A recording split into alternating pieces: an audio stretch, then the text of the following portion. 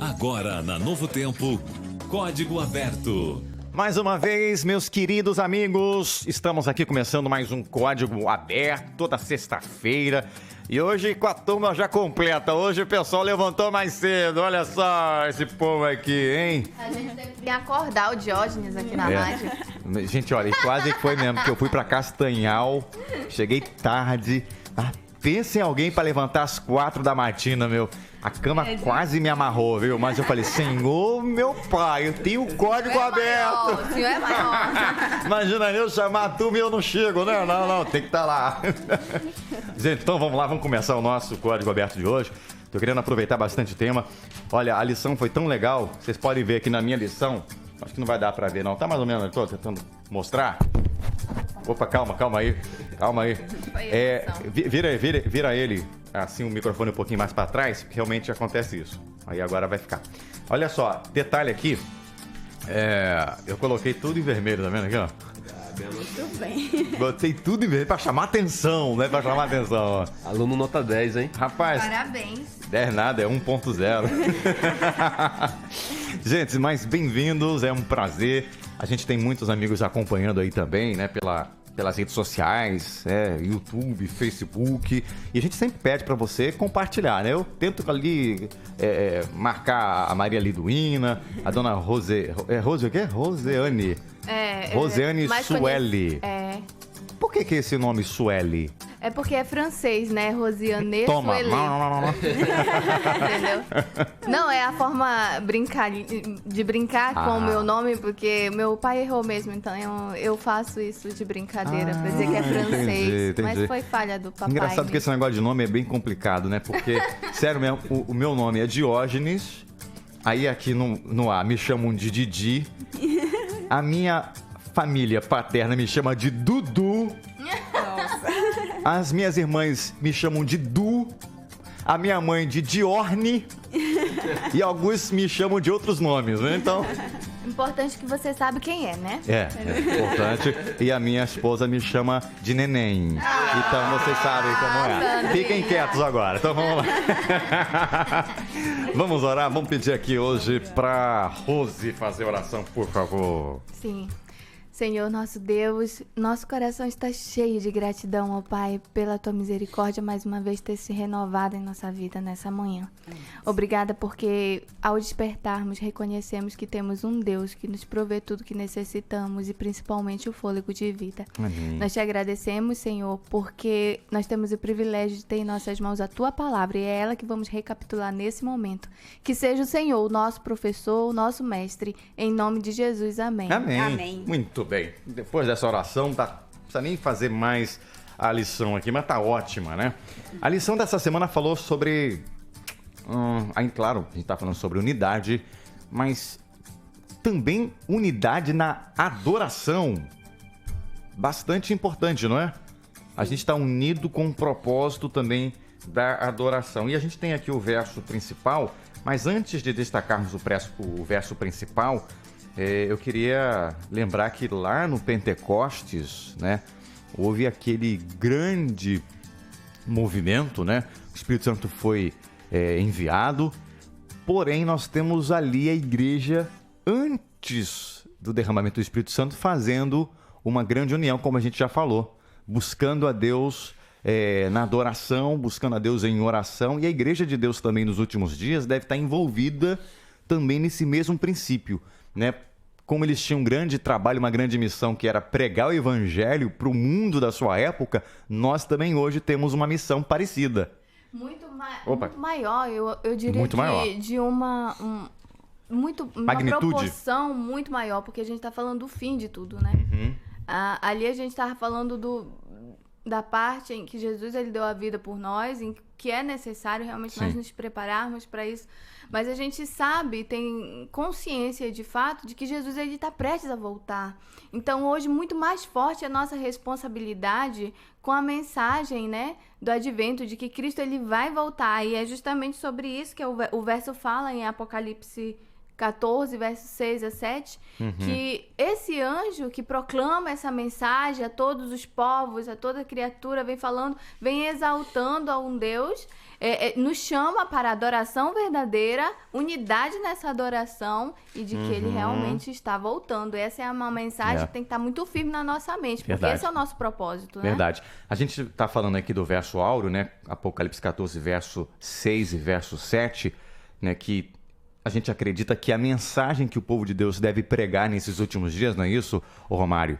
Mas também a gente pega o livro do Apocalipse, amigos, e a gente percebe também, né, Maria Liduína, a gente vê ali a questão da adoração muito presente no livro do Apocalipse. Nós temos até 2 capítulos que nós analisamos, aí, o capítulo 4 e o capítulo 5, que mostram isso também. O que te chamou a atenção? Olha, realmente esse capítulo 4 e 5 do Apocalipse é algo assim impressionante, porque quando a gente percebe a maneira como, né, a adoração acontece ali, é algo que realmente vai nos... assim, abre a nossa mente, assim, para algo que a gente não é o nosso dia a dia, não é aquilo que a gente percebe, na maneira como nós adoramos, né? Os 2 pontos principais aqui, que eu acredito que a gente deve destacar bastante aqui nesse verso aqui, de Apocalipse 14, 6, que é realmente a chegada da hora do juízo de Deus, né? O juízo de Deus está chegando, é uma mensagem urgente, é algo que a gente precisa anunciar e que nós precisamos estar atentos para isso, né? E a outra coisa é que nós devemos adorar aquele que criou o céu, a terra, o mar e as fontes das águas, né? Só esse é digno de toda a honra, de toda a glória, de todo o poder. A gente vai chegar mais um pouquinho lá na frente, nos capítulos 4 e 5, para a gente ver alguns detalhes interessantes a respeito desse Deus. Eu queria ver agora, então, na verdade, esses 2 capítulos aí, porque nos mostram o verdadeiro sentido, Romário, da adoração. A gente tem que lembrar que nós já tratamos aqui em outros episódios, né, a questão da queda de Satanás, Lúcifer, né, que buscava adoração, né? Ele buscava adoração, ele queria o lugar de Deus. Mas aqui dentro do contexto também nós vemos quem é digno o real digno da adoração, que é Cristo. E a lição aqui destacou para a gente por que ele é digno de adoração. Exatamente isso. Um ponto vale a pena ressaltar é que vivemos o grande conflito, igual você mencionou. Um conflito que iniciou no céu, veio para a terra e hoje nós, seres humanos, estamos envolvidos nele. E qual é o ponto central desse grande conflito? A adoração. Exatamente. Então, nós temos a opção de escolher a quem adorar. Então, aqui no capítulo 4, por exemplo, no versículo 8 de Apocalipse, que é o que você citou, aqui mostra a sala do trono de Deus. Exatamente. E aqui diz aqui, e os 4 seres viventes, tendo cada um deles respectivamente 6 asas, estão cheios de olhos ao redor e por dentro, e diz aqui, não tem descanso, nem de dia, nem de noite, proclamando, Santo, Santo, Santo és o Senhor Deus, o Todo-Poderoso, aquele que era, que é e que há de vir. E aí, quando nós olhamos agora também um outro verso aqui, que é o verso 11, diz, Tu és digno, Senhor e Deus nosso, de receber a glória, a honra e o poder, ou seja, de ser adorado. Por quê? Porque todas as coisas tu criaste. Sim, por causa da tua vontade vieram existir e foram criadas. Então, de acordo com o Apocalipse, o primeiro motivo que temos para adorar unicamente a Deus é porque Ele é Criador. Viemos à existência graças à ação criadora de Deus. E então, como sendo nosso Criador, Ele merece receber de cada um de nós a honra, a glória, o poder, o louvor, a adoração que Ele merece. Então, quando amamos a Deus, quando reconhecemos as verdades sobre Deus, isso nos leva a adorá-lo, a prestar a honra e a glória que Ele merece. Então é a primeira aí, né? E a segunda, o segundo motivo? O segundo a gente pode perceber aqui no verso 12 do capítulo 5 aqui de Apocalipse, né? Então, no capítulo 4, verso 11, nós vemos que nós devemos adorá-lo, porque Ele é o Criador, e aí ele diz aqui que como Criador Ele deve receber glória, honra e poder.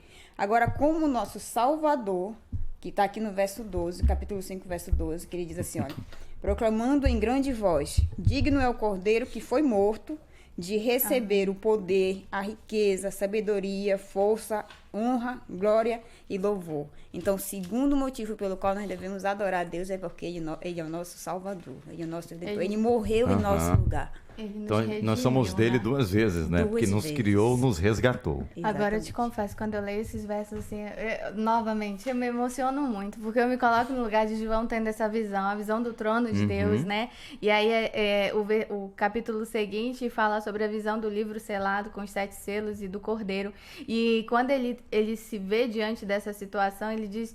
E ali ninguém se achava digno de abrir aquele livro, de tirar aqueles selos, e ele começava a chorar. O versículo 4 fala que... E eu chorava muito, porque ninguém foi achado digno de abrir o livro, nem mesmo de olhar para ele. Todavia veio um ancião e disse: não chores, eis que um leão da tribo de Judá, da raiz de Davi, venceu para abrir o livro e os seus 7 selos. Sabe, eu fico extremamente emocionada de saber que um Deus fez isso por mim, sem eu merecer, sabe? E aí eu também fico me remetendo para a imagem de João, e eu também fico me achando totalmente indigna. E ao olhar para o céu, ver que o Cordeiro de Deus, ele venceu por mim, é uma resposta a tudo isso, é um reconhecimento que de fato ele é o meu Criador e o meu Redentor, né? É interessante a gente pensar também na ascensão de Jesus, né? Como é que foi? Porque Jesus, ele veio aqui para um desafio, vamos dizer, meio que louco, né? Morrer por seres humanos ingratos, imperfeitos, rebeldes, né? E ele vence. E o pior de tudo, Deus, se transforma num ser humano para sempre. E quando ele entra, quando ele sobe para o céu, você imagina a festa que foi preparada para Jesus, né? Os anjos todos aguardando o grande vencedor.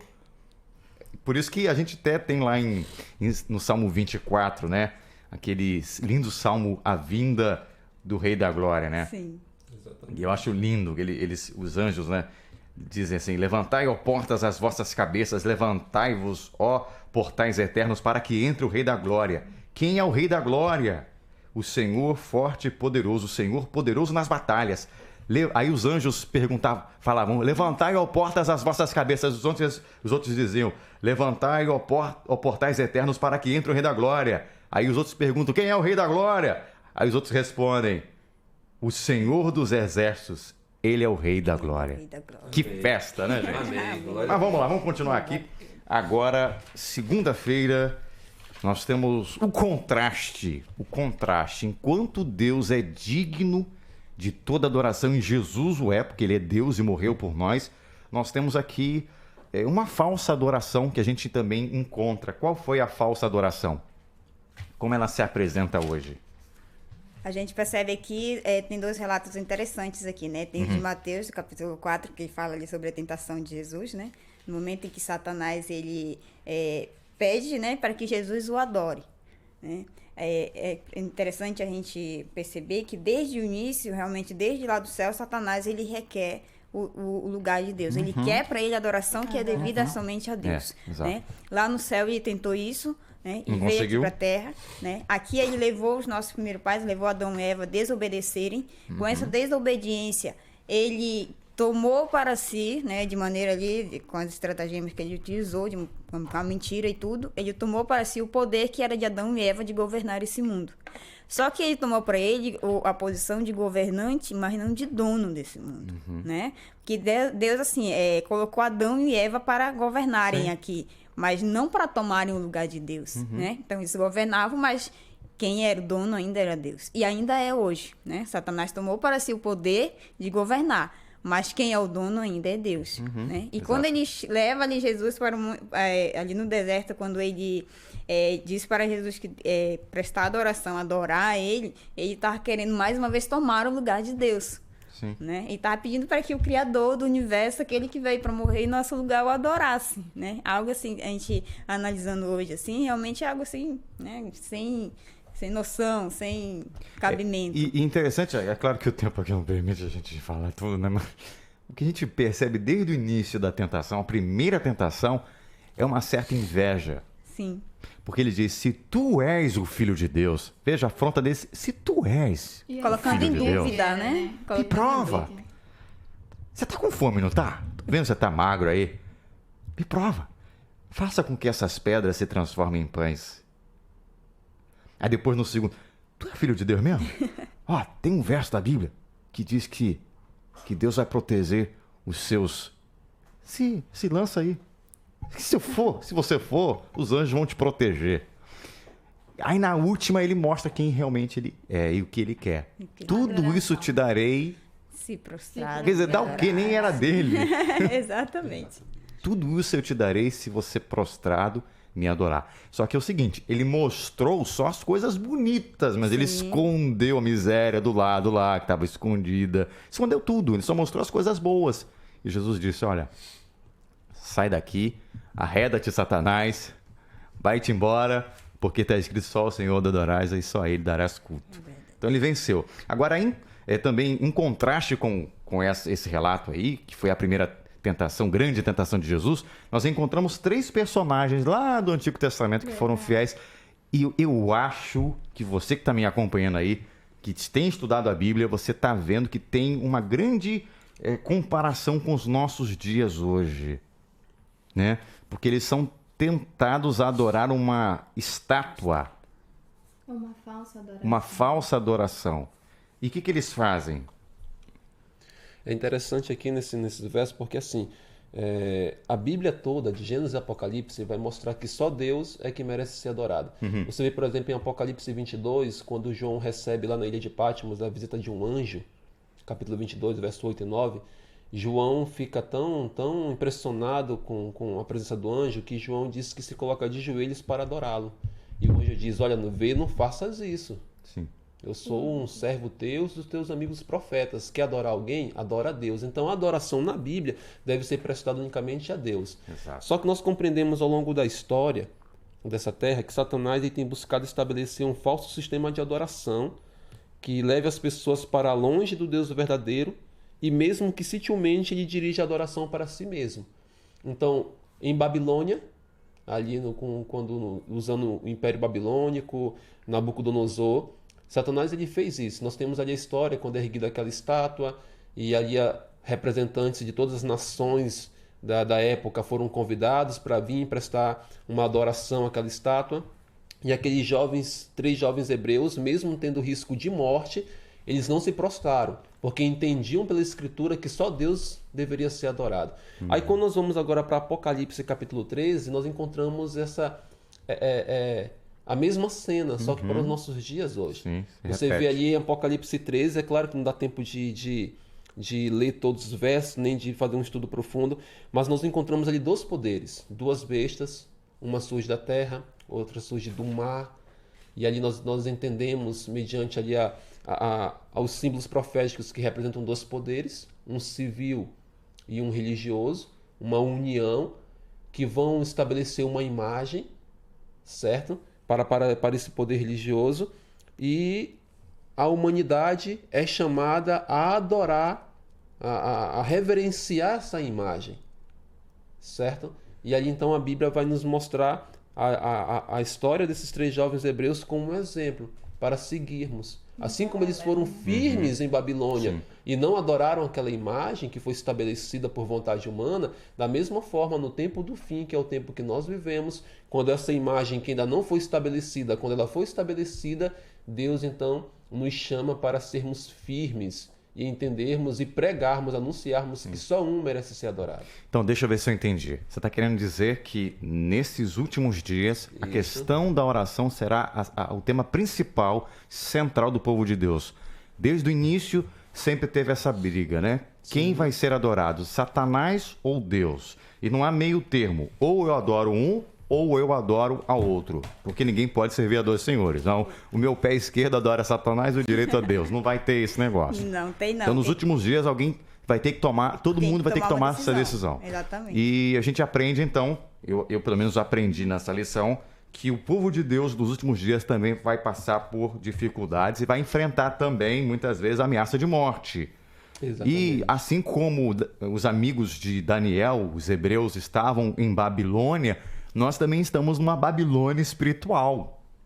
Aqui não é o nosso lugar. Os costumes que hoje nós temos aqui não são os costumes corretos, mas é possível, mesmo estando nesse ambiente desfavorável, é possível, mediante a oração, a meditação, a comunhão com os irmãos e, sobretudo, com Deus, eu me manter separado do mundo. Eu estou no mundo, mas não estou com o mundo. Né?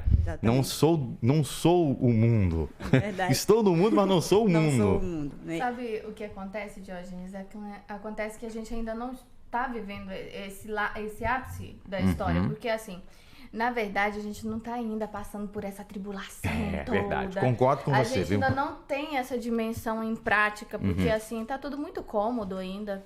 Nossas igrejas são confortáveis, nós já temos até aquele banquinho demarcado, só falta colocar o nosso nomezinho lá. É verdade, né? é verdade. A gente vai pro culto no sábado, aí de tarde dá aquela preguiça, não vou fazer aquela visita, não vou fazer isso, não, eu vou descansar. Então, assim, a gente ainda tá vivendo num tempo, assim, de muita mornidão.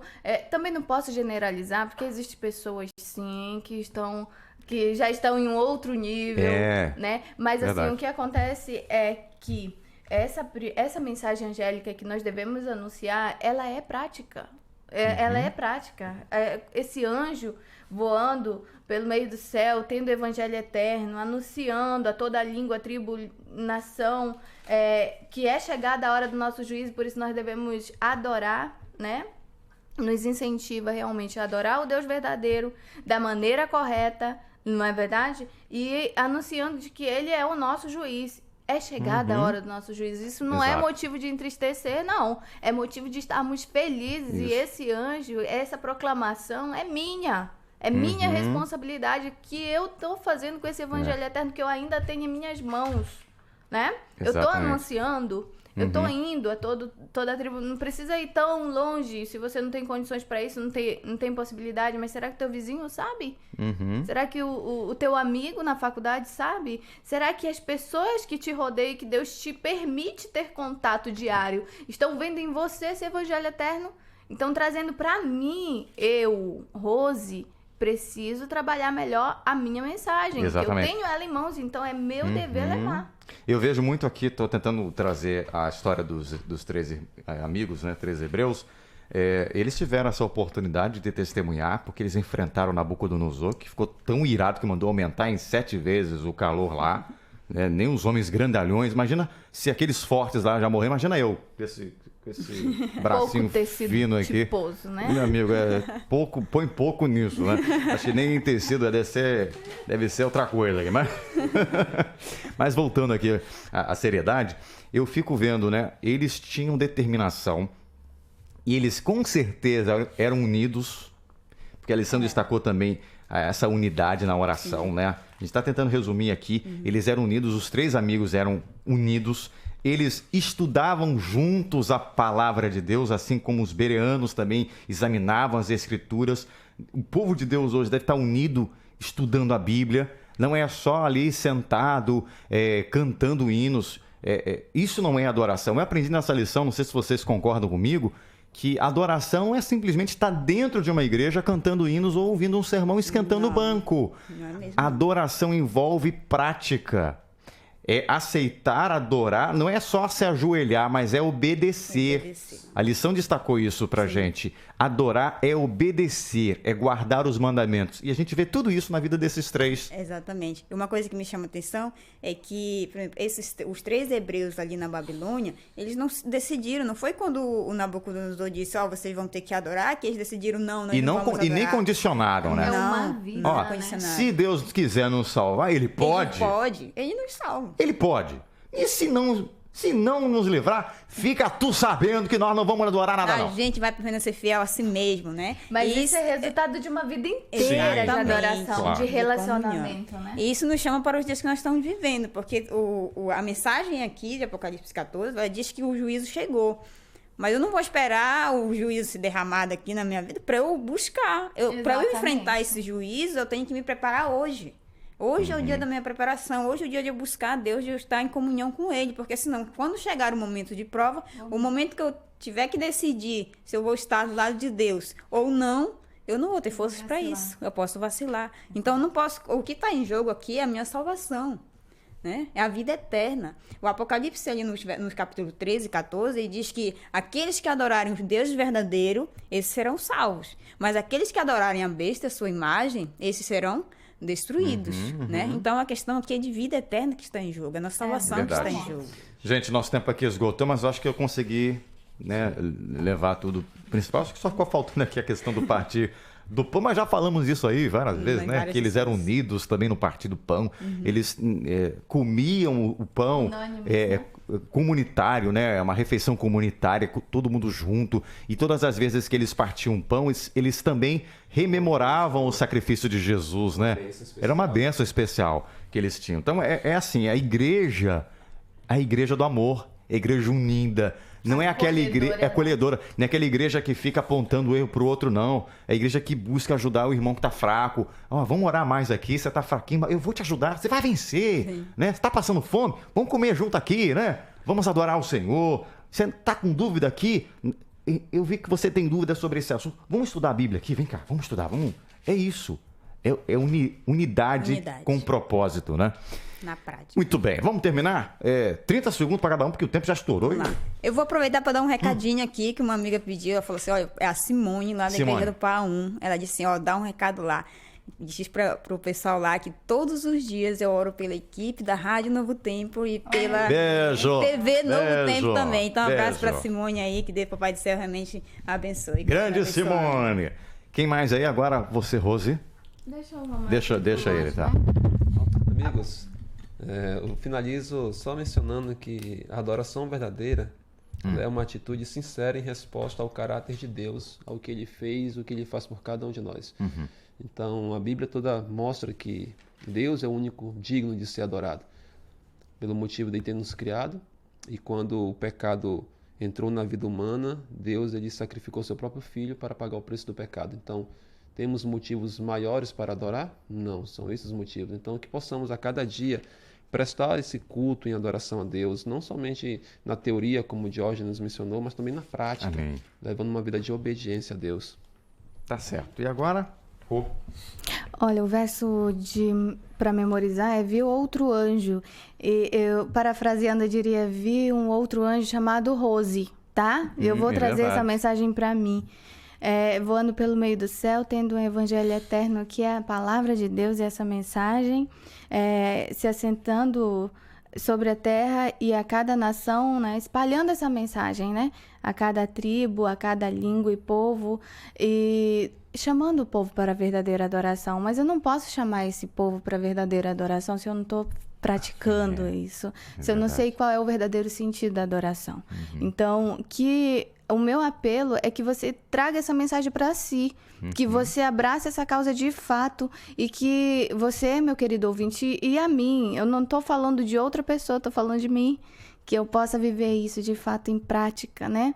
E que todos os nossos ouvintes também possam sentir esse desejo de adorar o Deus verdadeiro e que quando chegar realmente o momento de decidir, que decidam pelo correto, pelo que é bom, pela vida e não pela morte, né? Um abraço especial também para todos os meus amigos do bairro do Aurá. Quem foi que fez aí a oração inicial? Memória Foi fraca. foi a Rose. Tá bom. Então você vai orar hoje, Maria. Deixa só as mulheres orarem hoje.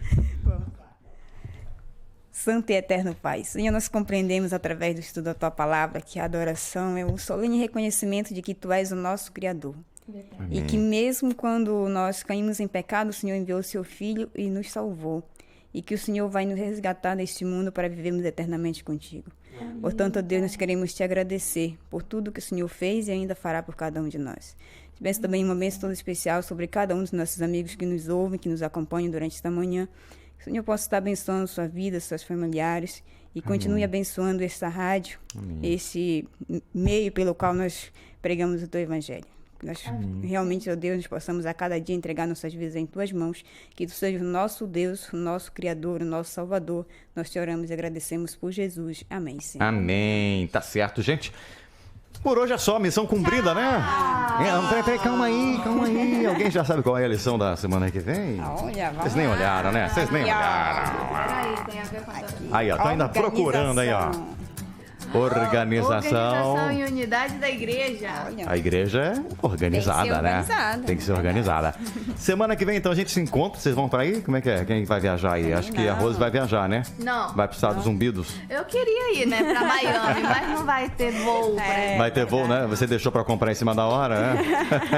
Vai estar aí, Maria? Com certeza. Vai estar, então, Rô? Vai estar, Rô? Tenho certeza. Mas as duas já estão garantidas aqui. Então, encontro vocês na semana que vem. Eu vou estar aqui, tem que estar, né? Grande abraço e até semana que vem. Tchau, tchau. Tchau. Você ouviu na Rádio Novo Tempo, Código Aberto.